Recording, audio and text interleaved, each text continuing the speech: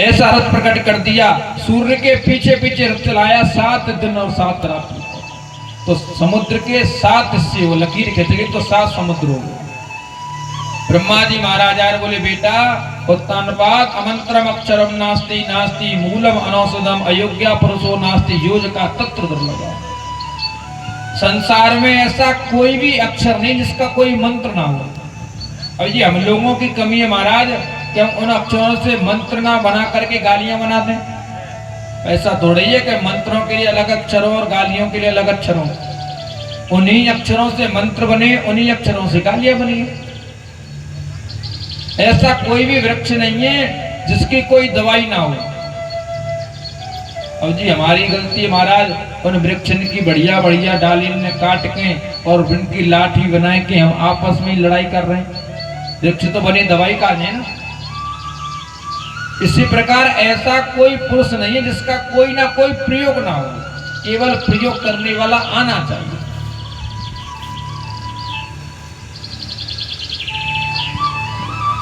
एक कन्या थी, नई नई शादी हुई उसकी महाराज, जय जय। एक कन्या थी, नई नई शादी हुई, 4 भाइयों की अकेली बहन थी और भाभी भी उससे बहुत प्रेम करती थी। वैसे तो मैंने आपको बताया ये पहले ही कि भाभी नंद को देख लें तो नंद को क्या कहते हैं संस्कृत में, ननांदा। जिसको देख करके भाभी के आनंद खत्म हो जाए उसको कहते हैं नंद। लेकिन वो ऐसी नंदी कि बाकी चारों की चारों भाभी बातें बड़ो प्रेम करती। बाने घर में कबू चम्मच उठाई के नहीं धरी।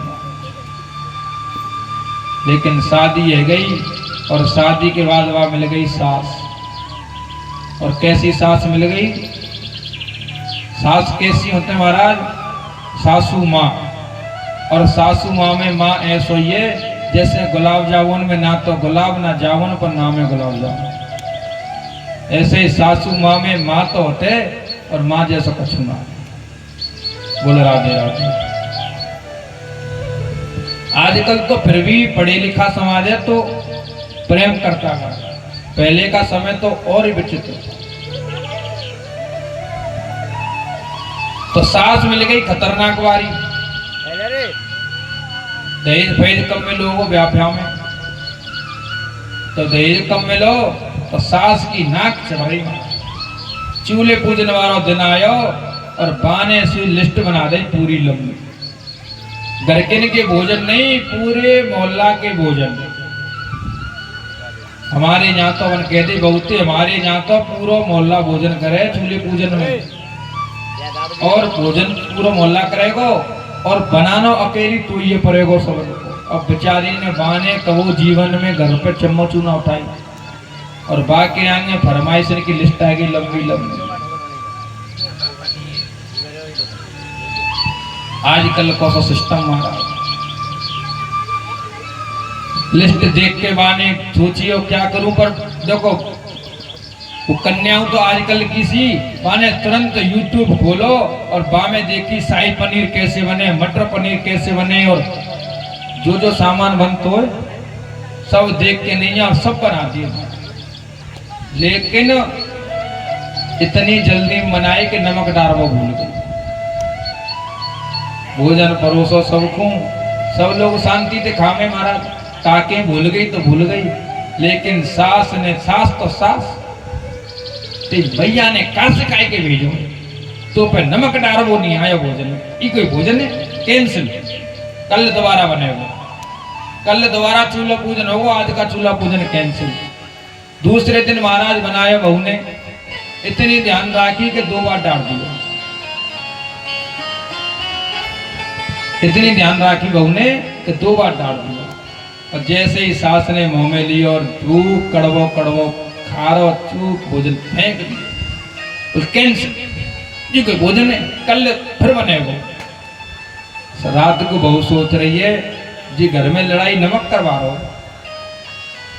जब घर में नमक ही नहीं रहेगो तो लड़ाई नहीं होगी। माने लेके नमक को डिब्बा से पोखर में फेंक दिया। अब बताओ प्रियव्रत, जहाँ में नमक की गलती कि वह बहू की गलती।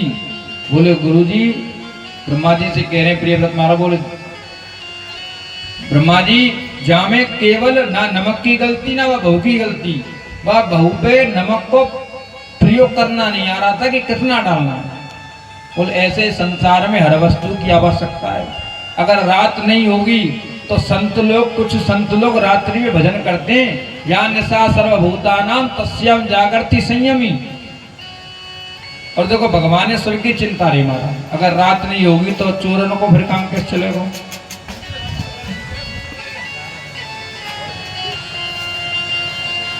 इन प्रियव्रत महाराज ने जब धरती के समुद्र के जो 7 भाग हो गए ना, तो पृथ्वी को 7 भागों में बांट दिया और अपने 7 पुत्रों को दे दिया। इसमें जो जम्मू द्वीप है उसके राजा बने महाराज आग्नेय, और आग्नेय महाराज के 9 पुत्र हैं, और उनमें सबसे बड़े पुत्र हैं महाराज नाभि, जो अजनाब खंड के राजा बने। जम्मू द्वीप के आग्नेय महाराज ने 9 भाग किए, और जो अजनाब खंड है इसके राजा बने महाराज नाभि।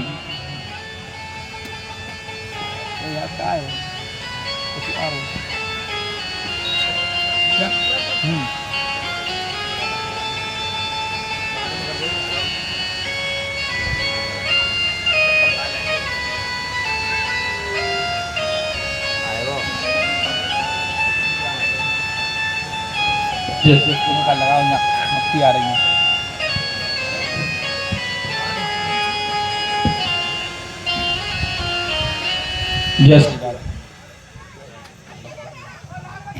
ये पंखा लगवाए, मक्खी पक्की उड़ उड़ के आ रही है।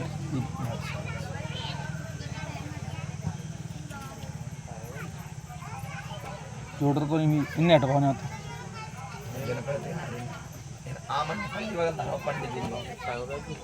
तो और यांगी जा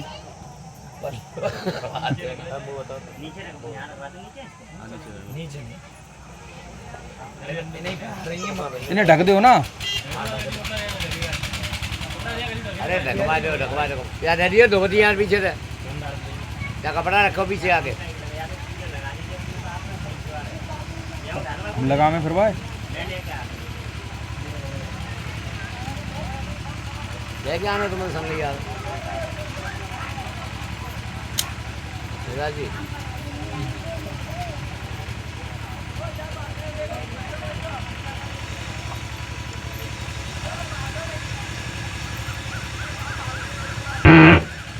जय श्री राम। बोलिए वृंदावन बिहारी लाल की जय हो।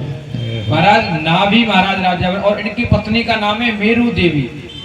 ब्राह्मणों ने पुत्र के लिए यज्ञ किया है, भगवान ने दर्शन दिए, और भगवान का दर्शन देख करके महाराज नाभि और मेरू देवी तो भूल गए।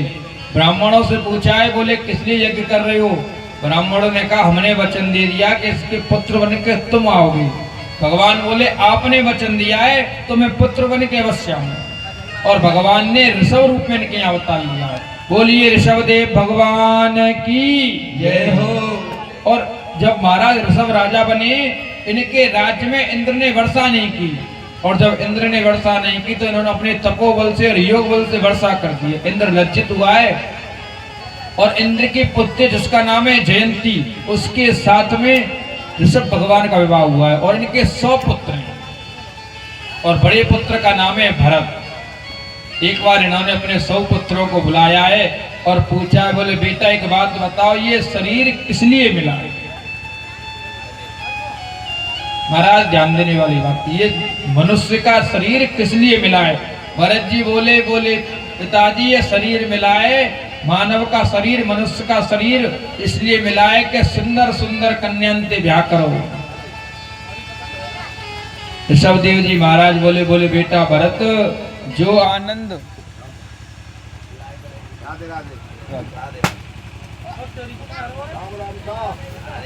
एंट्री भैया धमाकेदार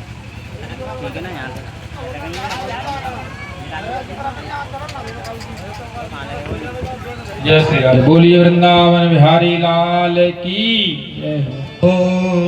ऋषभदेव जी महाराज कह रहे हैं, बोले बेटा भरत, जो आनंद संसार की सबसे सुंदर स्त्री के शांत एकांत वास करके मनुष्य प्राप्त करता है, वही आनंद एक कुत्ता कुतिया से प्राप्त कर। उनसे छोटे 9 पुत्र जो नवयोगेश्वर हैं, वो कह रहे बोले पिताजी ये शरीर मिलाए बढ़िया बढ़िया पकवान खाने के लिए, momos, pizza, burger, chowmein, finger. ये क्या चीज है?